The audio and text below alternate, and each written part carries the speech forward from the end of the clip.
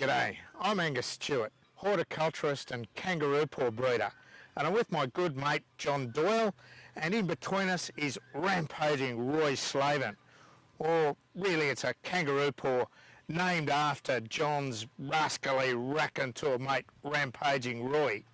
Now the reason we released this kangaroo paw about 10 years ago was to raise money for charity, and in that time it's raised tens of thousands of dollars for an organisation called Aspect, of which you're the patron, my friend. I am, Angus, yes, and very proud to be so.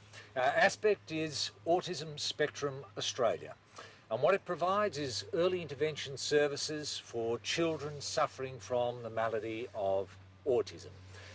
The intention, the idea, is to enable children to, when they become adults, live an independent life, which in days gone by was impossible.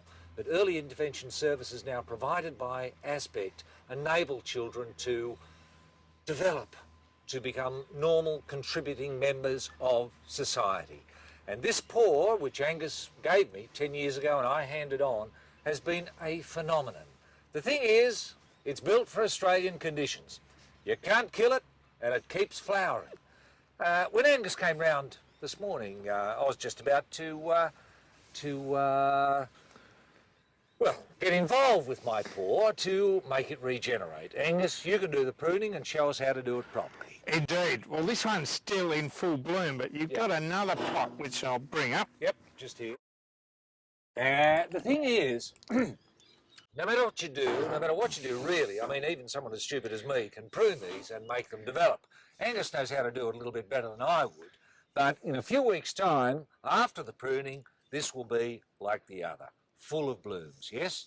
Indeed, and normally in horticulture we say prune the plant after it's finished flowering, but this bloody thing never stops flowering. Yep. So all you can do is just prune it when it's had a big flush of flowers. So get in with the secateurs, cut at the base,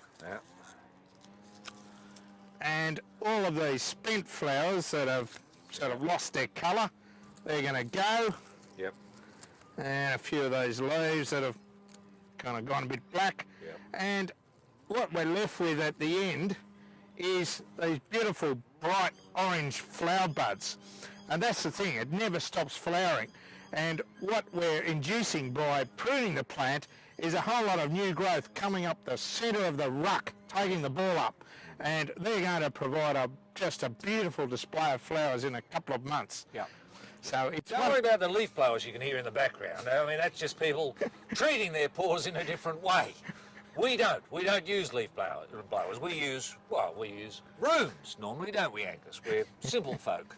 But this is an extraordinary thing. The other thing is you can plant in the ground. It doesn't have to be in a pot.